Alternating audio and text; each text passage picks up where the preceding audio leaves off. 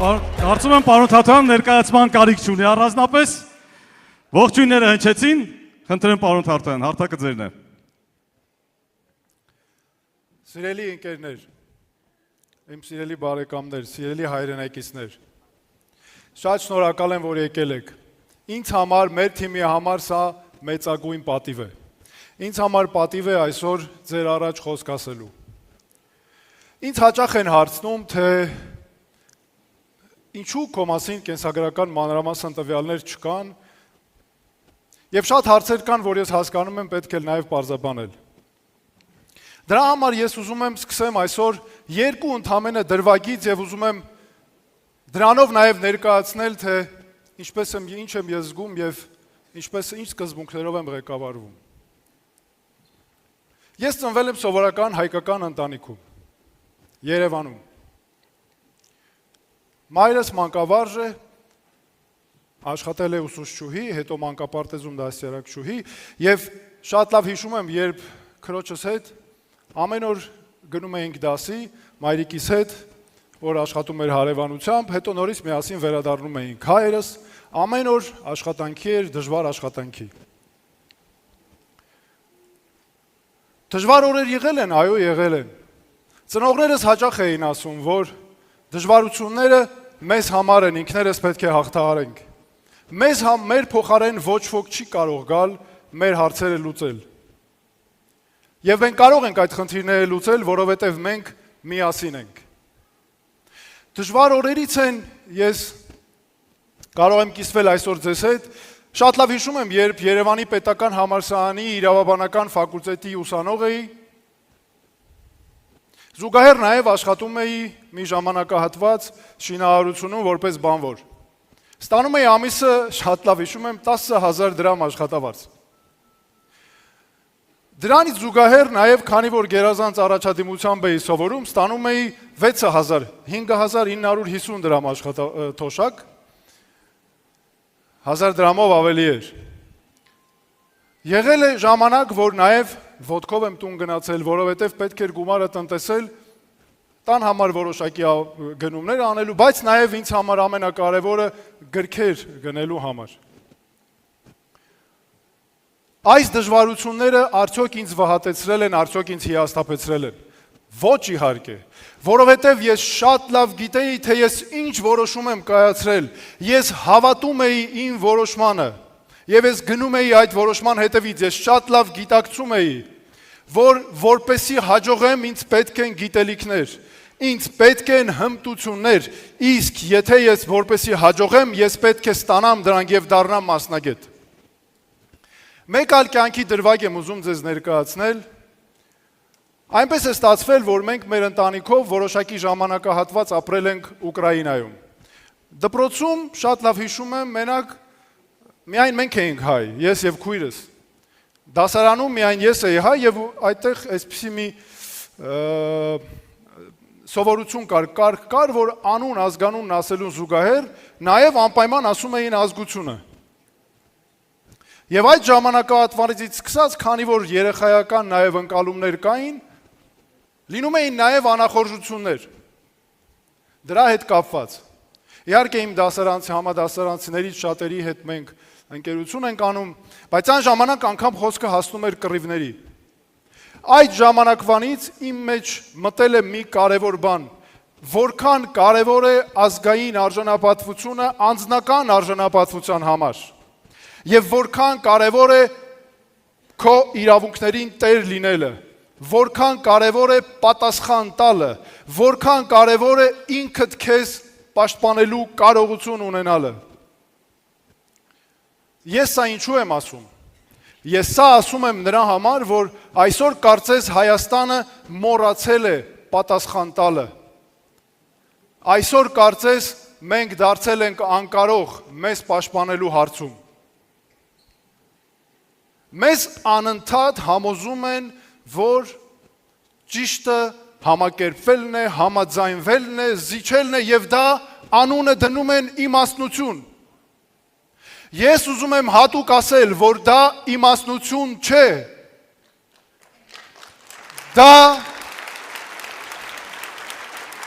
Դա պարտություն է, դա գերի լինել է եւ ես եկել եմ ասելու, մենք բոլորս ասելու, որ բավական է, մենք դա չենք հանդուրժելու։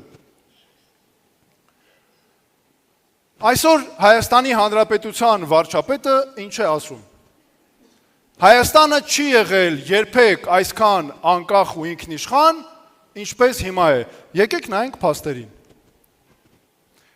Օտար պետության, որը մեր ողերիմ հարևանն է, օտար պետության ղեկավարը ասում է պետք է սահմանադրությունը փոխես, Նիկոլ Փաշինյանն ասում է այո։ Օտար պետությունը մեր նկատմամբ ադրբեջանական զորքերը կատարում են հանցանքներ, ամենադաժան սպանությունները, մեր հայ գերիների նկատմամբ խոշտանգումներ, եւ հետո կեղծ գործերով դատում են մեր մարդկանց, պարտադրում են հայցերը հետ քաշել միջազգային դատարաններից, Նիկոլ Փաշինյանն ասում է այո։ Ադրբեջանական զորքերը ներխուժել են Հայաստանի Հանրապետություն, օկուպացրել են մեր տարածքները, եւ ընդ որում ասեմ ձեզ մի կարևոր բան, մենք բացահայտել ենք ամբողջությամբ բաց աղբյուրներով, որ վերջերս ընդհանրապես նաեւ եղել է նորից ադրբեջանական դիրքերի ամրապնդում եւ նոր դիրքեր Հայաստանի Հանրապետության տարածքում, որով ամրապնդել են ել ավելի իրենց վերահսկողությունը եւ այս խորքային ամեն օր ամրացման պայմաններում Հայաստանի Հանրապետության կառավարության գործող ղեկավարը հայտարարում է, մենք նրանց կխնդրենք դուրս կգան ինչ որ հանձնաժողովի միջոցով։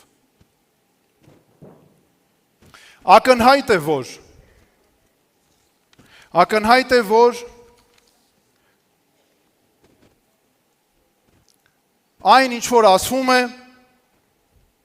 բնականաբար այս կերպ չի իրականանալու։ Եվ ես ուզում եմ ասել նաև Հայաստանի սահմանադրության փոփոխության պահանջի հետ կապված։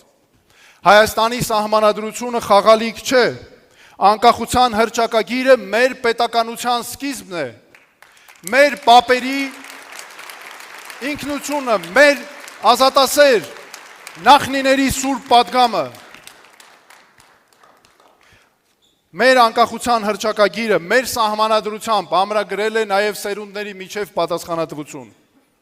Սահմանադրությունը չի կարող վերամշակվել որևէ օտար պետության ու առավել ևս այնպիսի պետության պահանջով, որը մեզ ոչնչացնելու նպատակ է հռչակել։ Արդյունքում ունենք վարչապետ, որը ոչ միայն վախենում է Հայաստանի Հանրապետության բանակը երկրի պաշտպանության համար ուժեղացնելուց, այլ ավելին այն թուլացնում է։ Առաջիկա 100 օրում դուք շատ կլսեք նորից էլի նախկինների եւ ներկաների մասին։ Մեկն իշխանությունը պահում է ատելության հասնող քննադատությամբ նախկիններին ուղված, հույսով որ կարժանանա մեր ողերիմ հարևանների բարեհաճությանը եւ գովեստին։ Մյուսները փորձում են վերադառնալ խաղալով նոստալգիայի վրա եւ հետ բերելով մեր ժամանակի գլխավոր սխալներից մեկը՝ պարծենկոտությունը նվիրական հաղթանակից հետո։ Այնպես է ստացվել, որ մենք հայտնվել ենք արատավոր շղթայի մեջ եւ հենց դա ստեղծել է Նիկոլ Փաշինյանն ու այդ խաղի մեջ վամպիրի պես ուղակի սնվում է նախկինի սխալներից։ Եվ եթե նրա այդ խաղի մեջ մտնում են պաշտոնաթող նախագահները, ստացվում է նրանք աջակցում են Նիկոլ Փաշինյանին եւ նրան տալիս են վերընտրվելու շանսեր։ Այս արատավոր շղթան պետք է կտրվի։ Այդ շղթայի մասերը նույն զույգի ձախ եւ աջ մաշված կոշիկներն են։ Նիկոլ Փաշինյանը մեզ առաջարկում է բանաձև։ Մեղք, համակերպվել, հանձնվել։ Մենք առաջարկում ենք նոր բանաձև։ Սխալներ, դասեր, վերածնունդ։ 35 տարի մեզ ստիպել են ընտրել կամ կոռուպցիոներներ, կամ անկարողներ, կամ օլիգարխներ, կամ թույլեր, կամ Ռուսաստան, կամ Արևմուտք, կամ անվտանգություն, կամ ժողովրդավարություն։ Մենք ասում ենք բավական է կամ-կամին, պետք է սովորել ասել եւ անվտանգություն, եւ ժողովրդավարություն, եւ ուժեղ բանակ, եւ ազատ տնտեսություն, եւ ազգային արժանապատվություն եւ ժամանակակից պետություն, Սփյուռքի հետ կապ եւ ինքնուրույնություն։ Այսօր շատ է խոսում սահմանադրությունը փոխելու մասին։ Ոմանք ուզում են փոխել սահմանադրությունը, որպեսզի իրենց առաջնորդը կարողանա դառնալ վարչապետ։ Մյուսները, որպեսզի կատարեն ադրբեջանական պետության պահանջը։ Բայց եկեք ազնիվ լինենք։ Խնդիրը սահմանադրությունը չէ, խնդիրն այն է, որ մենք անհրաժեշտ չենք համարում այն պահպանել։ Այստեղից էլ օրենքը այստեղից էլ գալիս է օրենքը անընդհատ վերաշարադրելու ցանկությունը։ Կոնկրետ մեկ մարդու համար հարևանի ցանկությամբ արտաքին ճնշման տակ մեզ մոտ յուրաքանչյուր նոր առաջնորդ սկսում է նրանից, որ հիմնական օրենքը ձևափոխում է իր համար։ Պետք է դադարեցնել սահմանադրությունը մեկ մարդու համար փոխելու այս արատավոր պրակտիկան։ Իսկ օրենքն այլ բանի մասին է, օրենքը թույլին պաշտպանում է ուժեղից, օրենքը պետությունը դարձնում է կանխատեսելի, առանց օրենքի հնարավոր չեն ոչ բիզնես, ոչ անվտանգություն, ոչ էլ նորմալ կյանք։ Ես գիտեմ ինչ եմ ասում։ Ես սովորել եմ իրավաբանություն, իրավունք Հայաստանում, Միացյալ Նահանգներում, Եվրոպայում եւ Ռուսաստանում։ Ես աշխատել եմ տարբեր մայրցամաքներում, Աֆրիկայից մինչև Եվրոպա եւ ԱՄՆ-ից մինչև Ռուսաստան։ Ես այդ աշխատանքով տեսել եմ ինչպես են տարբեր իրավական համակարգեր փլուզվում, ինչպես դրանք չեն աշխատում, ինչպես են ձախողվում եւ ինչպես են վերել կապնում։ Մարդու իրավունքների պաշտպանի պաշտոնում ամեն օր 6 տարի տեսել եմ, թե ինչ է տեղի ունենում, երբ իրավունքն ու օրենքը չեն պահպանվում։ Երբ տուժում են կոնկրետ մարդիկ, ոչ թե վիճակագրական տվյալներ, այլ մարդիկ, ովքեր ամեն օր են մեզ հետ մեր կողքին ապրում։ Մեզ պետք է ոչ թե անհատների պետություն, այլ իրավունքի պետություն։ Ոչ թե օրենքների վերաշարադրում իշխանության համար, այլ իշխանություն, որը ենթարկվում է օրենքին։ Այսօր գլխավոր հարցը անվտանգությունն է։ Անվտանգություն նաև այս դժվար աշխարհաքաղաքական պայմաններում եւ տարածաշրջանում։ Պատերազմից հետո հունվարի 28-ը շատերիս համար այլևս մեր բանակի տոնը չէ։ Դա հիշեցնում է պետության եւ ինքներս մեր նկատմամբ վստահության կորստի մասին։ Վարչապետի թեկնածուի առաջադրելու գլխավոր նպատակը իրական խաղաղություն հաստատելն է։ Խաղաղությունը հնարավոր է միայն այն դեպքում, երբ դու ուժեղ ես եւ կարող ես պաշտպանել քեզ։ Ուրիշների կամքից կախված խաղաղությունը խաղաղություն չէ։ Արժանապատվությունն առանց ուժի պարզապես պատրանք է։ Թվարկեմ մի քանի կետեր, որոնք մենք անմիջապես իրականացնելու ենք։ Դրանք ոչ թե կարգախոսներ են, այլ կոնկրետ ծրագրային կետեր։ Առաջին, պաշտոնավարման հենց առաջին օրը ստեղծվելու է ռազմական բարեփոխումների հատուկ հանձնաժողով։ 6 ամսում հանձնարարվելու է հատուկ հանձնաժողովի եւ աշխատանքային խմբի մշակել համապարփակ ռազմավարություն, որի իրականացումը կսկսվի անմիջապես։ Երկրորդ, հստակ ժամկետներ։ Մեր պաշտոնավարման առաջին տարվա ավարտին լիարժեք զսպման կարողություններ։ Առաջին ժամկետի ավարտին ռազմական հավասարակշռություն հանրության համար թափանցիկ հաշվետվողականությամբ։ Երրորդ, պաշտպանական ծախսերը ոչ պակաս քան համախառն ներքին արդյունքի 8%-ը։ Սա նշանակում է ռազմական բյուջեի աճ առնվազն $1 միլիարդ։ Ամեն տարի առնվազն $500 միլիոն հայաստանյան ընկերություններից գնումների համար ազգային ռազմաարդյունաբերական համալիրի զարգացման համար։ Չորրորդ, ճշմարտություն եւ պատասխանատվություն։ Մենք անմիջապես հրապարակելու ենք 44-օրյա պատերազմի հարցերի վերաբերյալ ազգային ժողովի հանձնաժողովի զեկույցը։ Հասարակությունը Հայաստանում իրավունք ունի իմանալ ճշմարտությունը։ Մենք պարտավոր ենք արժանապատվորեն գնահատել մեր հերոսների սխրանքը եւ աջակցել նրանց ընտանիքներին։ Նրանք իրավունք ունեն բոլորը իմանալու հարցերի պատասխաններ։ Սիրելի արցախցիներ, արցախցիները ենթարկվել են ցավոք սրտի էթնիկ զտումների։ Նրանք մեր հայրենակիցներն են, նրանց մեջ մեր արյունն է, իմ արյունն է նրանց մեջ։ Մենք ամեն օր ապրում ենք նրանց հետ միասին մեր երկրում։ Մեր երեխաները նրանց երեխաների հետ գնում են մանկապարտեզ, ապրում են միասին, աշխատում ենք միասին։ Մենք մի ժողովուրդ ենք, մենք մեկ ամբողջություն ենք։ Արցախցիների իրավունքների լիարժեք պաշտպանություն է ապահովելու Հայաստանի Հանրապետությունում, ատելությունից զերծ, հարգանքի պայմաններում, արժանապատիվ։ Մենք առաջ ենք տանելու արցախցիների արժանապատիվ եւ անվտանգ վերադարձի իրավունքը մեր դարավոր հայրենիք Արցախ։ Եվ Արցախը իմ ինքնության անբաժան մասն է, ինչպես եւ մեր բոլորի հայկական ինքնության անբաժան մասը։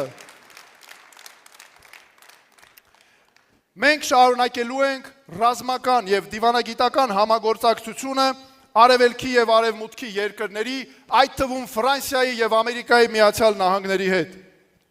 Կլինեն մարդիկ, որոնք կհարցնեն. կարող ենք մենք դա թույլ տալ մեզ։ Իսկ ես կպատասխանեմ. իսկ կարող ենք մենք նման բաներ մեզ թույլ չտալ։ Մենք խաղաղասեր ժողովուրդ ենք, բայց եթե մենք չունեցանք կարողություն ինքներս մեզ պաշտպանելու, մենք անգամ գոյատևել չենք կարողանալու այս բարդ աշխարհում։ Հայաստանը պետք է լինի խելացի որոշումների երկիր։ Խելացի որոշումները վերաբերում են ոչ միայն բանակին, դրանք վերաբերում են ամեն ինչին պարզապես։ Ինչ պետք է երիտասարդին, ով ապրում է Հայաստանում եւ կանգնած է ընտրության առաջ։ Գնա թե մնա։ Նրան պետք է երկիր, որին արժե հավատալ, ոչ թե աղքատ հետխորհրդային տարածք անցյալի կրկնության վախով, այլ տաղանդների դարբնոց, ոչ մեծ տարածքով, բայց ուժեղ տեխնոլոգիաներով, խելացի, կայուն, կանխատեսելի։ Մենք կկառուցենք թվային պետություն, որտեղ ծառայությունները արագ, հասանելի եւ թափանցիկ են, որտեղ կոռուպցիան անհնար է, որովհետև ամեն ինչ տեսանելի է, որտեղ բիզնեսի հաջողությունը կախված է տաղանդից եւ աշխատանքից, այլ ոչ թե կապերից։ Սփյուռքի հետ միասին մենք մեզանով որդքի կկանգնացնենք երկիրը, ժամանակակից տեխնոլոգիաներով, արհեստական բանականության վերջին նվաճումներով, դառնալով Հարավային Կովկասի ուղեղային կենտրոնը, ինչպես դա հիմա անում են մեր հայրենակիցներ Նուբար Աֆեյանը եւ մեր մյուս հայրենակիցները։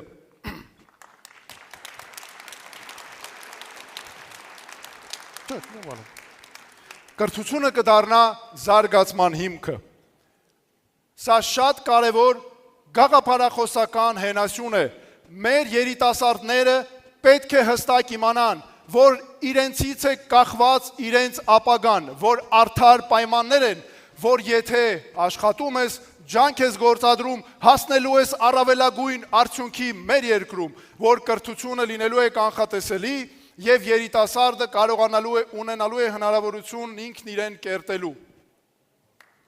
Շնորհակալություն։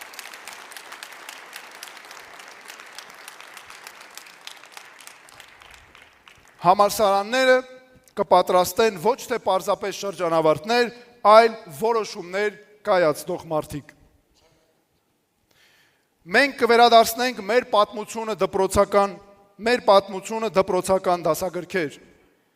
Հայոց պատմության դեմ այսօր հայտարարված պատերազմին անմիջապես վերջ կդրվի։ Հայոց եկեղեցու դեմ պատերազմը անմիջապես կդադարեցվի եւ պետությունը կդադարի միջամտել եկեղեցու ներքին գործերին։ Հայաստանը պետք է լինի երկիր, որտեղ եկեղեցականները կարիք չունեն զբաղվելու քաղաքականությամբ, իսկ պետությունը չի միջամտում եկեղեցու ներքին գործերին։ Սփյուռք։ Հայաստանը տեր է ամբողջ աշխարհի հայերին։ Սա մեր գաղափարախոսական գլխավոր հերասյուներից է։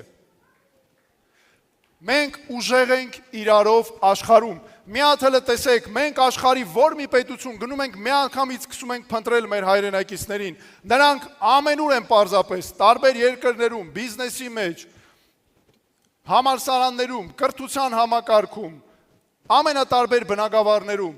Մենք պետք է այս ամենը օգտագործենք նաև հանուն մեր ժողովրդի զարգացման համար, մեր հայրենասեր հայրենակիցների շնորհիվ։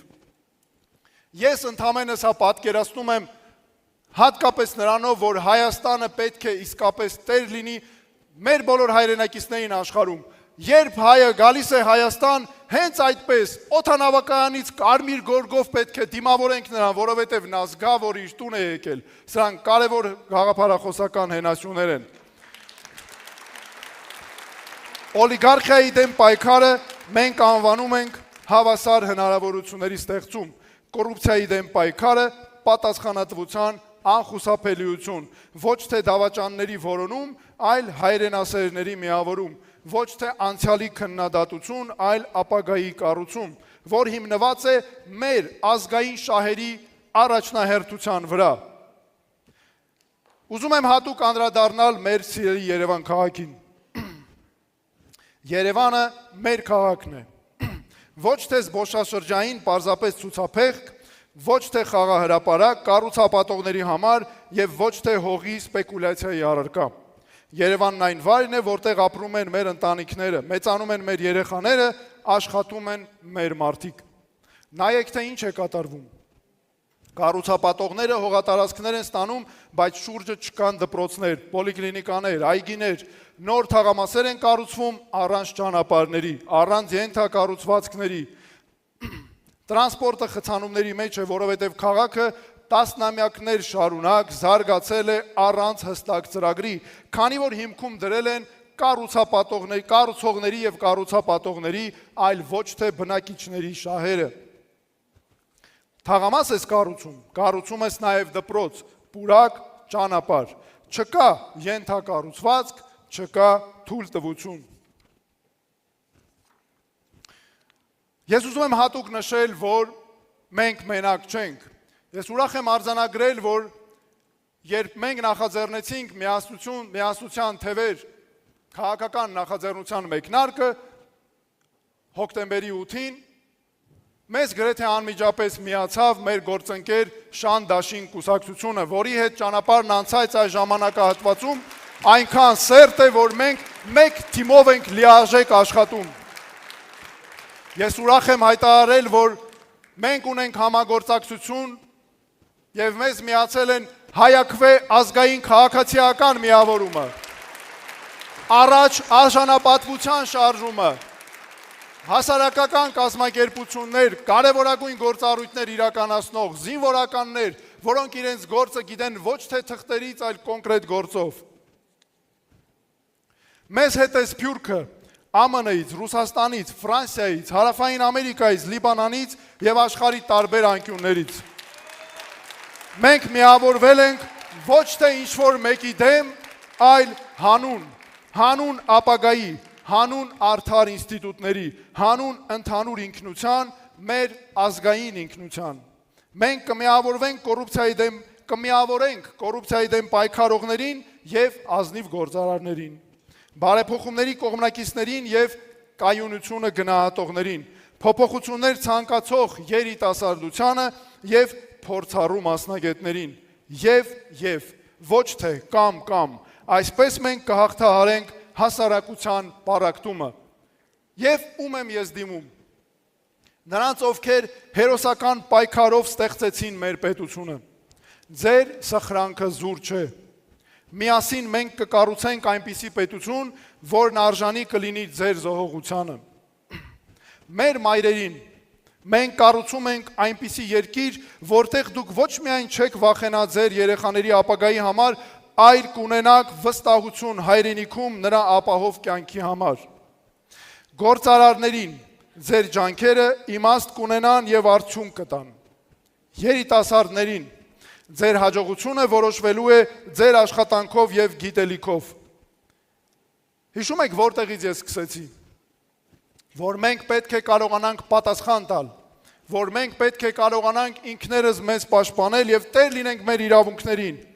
Ես հիմա նկատի ունեմ հենց այս ընտրությունները պետք է լինեն հենց մեր պատասխանը։ Պատասխան նրանց, ովքեր 35 տարի մեզ ասել են, որ պետք է համբերենք։ Մենք չենք ուզում նոր պատերազմներ, չենք ուզում ապրել անցյալով։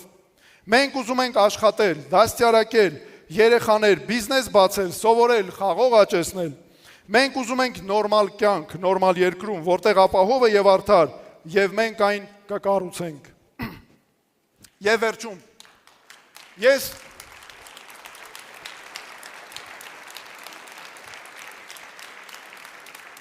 Եվ վերջում, ես հիմա մի կողմ եմ ուղղակի դնում մարդու իրավունքների պաշտպան եւ գիտնական Թաթոյանին։ Եվ ես հատուկ հայտարարում եմ, որ ես ձեզանից մեկն եմ, հայ մարդ, այնպիսի մարդ, որին դուք միշտ ճանաչել եք, երևանցի։ Եվ ես նաև հատուկ ասում եմ, որ ես հայտ եմ ներկայացրել վարչապետի պաշտոնին հավակնելու, որովհետև հոգնել եմ, եւ մենք հոգնել ենք 35 տարիների այն ստերից եւ չիրականացված խոստումներից։ Բոլոր նախկին ղեկավարների ժամանակն անցել է։ Նրանցից ոչ մեկի հետ մեր ժողովրդի մեծամասնությունը երկրի ապագան չի կապում, հատկապես դա վերաբերվում է Հայաստանի գործող վարչապետ Նիկոլ Փաշինյանին եւ նրա ղեկավարած իշխանությանը։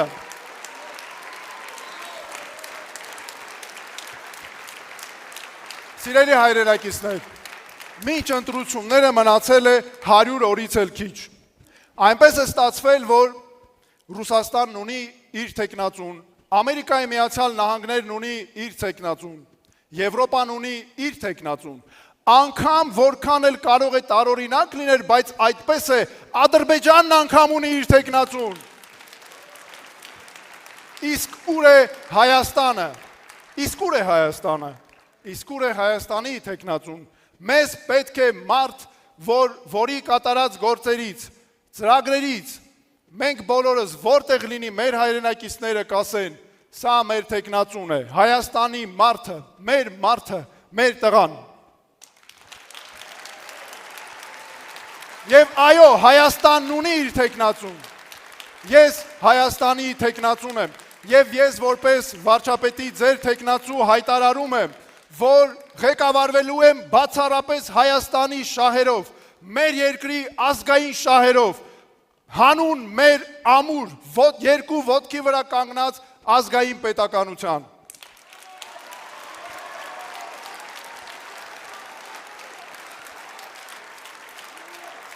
Բայց վարչապետի պաշտոնում իմ առաջադրվելու պատճառները նաև այլ են։ Պատճառներից է նաև այն, որ ես ուզում եմ ապրել մի երկրում, որտեղ կա խաղաղություն։ Ես ուզում եմ ապրել մի երկրում, որը ուժեղ է այնքան, ամուր է այնքան, որ կարողանում է պաշտպանել ինքն իրեն։ Եվ գիտակցում եմ, որ այդ խաղաղությունը նրա շնորհիվ է, որ ամուր է երկիրը եւ կանգնած է իր երկու ոտքի վրա։ Ես ուզում եմ ապրել մի երկրում, որն արդար է, որտեղ չկան ծայրահեղ աղքատներ։ Արդար է բոլոր առումներով, պայմաններով, երիտասարդների համար, կյանքի բոլոր հնարավորություններով։ Ես ուզում եմ ապրել երկրում, որը իրավունքի եւ օրենքի երկիր է, այլ ոչ թե կոնկրետ անհատների երկիր։ Ես հավատում եմ իմ երկրին եւ հավատում եմ իմ ժողովրդին առավել եւս, որովհետեւ գիտեմ, որ չկա Հայաստանում որևէ հարց, որ մենք բոլորով միասին չկարողանանք լուծել։ Մենք մեր հնարավորություններով, մենք ինքներս պետք է լուծենք մեր բոլոր խնդիրները։ Ես առավել եւս հավատում եմ մեր երիտասարդներին։ Երիտասարդները ունեն հանդիպում իրենց ճակատագրի հետ, եւ այդ ճակատագիրը մեր պապերի երազած երկիր ունենալն է, ամուր, ոտքի վրա երկու կանգնած, ժողովրդավարությամբ եւ պաշտպանված մարդկանցով։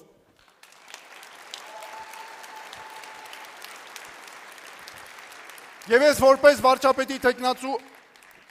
հայտարարում եմ, որ ասելու եմ միայն այն, ինչ կարող ենք իրականացնել, երբեք չեմ խոստանալու բաներ, որոնք հնարավոր չի լինելու կատարել։ Շատ կարևոր է նաև որ այս ընթացքում ուրիշները ասելու են ձեզ ընտրեք վախի ու բողոքից ելնելով։ Մենք ասում ենք, ընտրեք մեզ հանուն հույսի եւ հավատի։ Եվ մենք մենակ չենք, մեր հետևում կանգնած են մեր երիտասարդները, մեր մասնագետները, որոնց մասնակցությամբ, որոնց շնորհիվ մենք մշակել ենք արդյունավետ ծրագիրը, բարդ պրոցեսներով անցած, բայց արդյունավետ ծրագիր։ Մենք դա իրականացնելու ենք միասին։ Հատուկ ուզում եմ խոսել նրա մասին, որ մենք պետք է ունենանք խելացի լուծումներ, միասին, բոլորով, որպեսզի կարողանանք առաջ տանել մեր երկիրը, եւ մենք դա անելու ենք միասին։ Դրա համար պետք է առաջին քայլը կատարել խելացի ընտրություն, միասին, մտածված եւ արդյունավետ, որպեսզի Հայաստանը լինի անվտանգ եւ զորեղ։ Շնորհակալություն։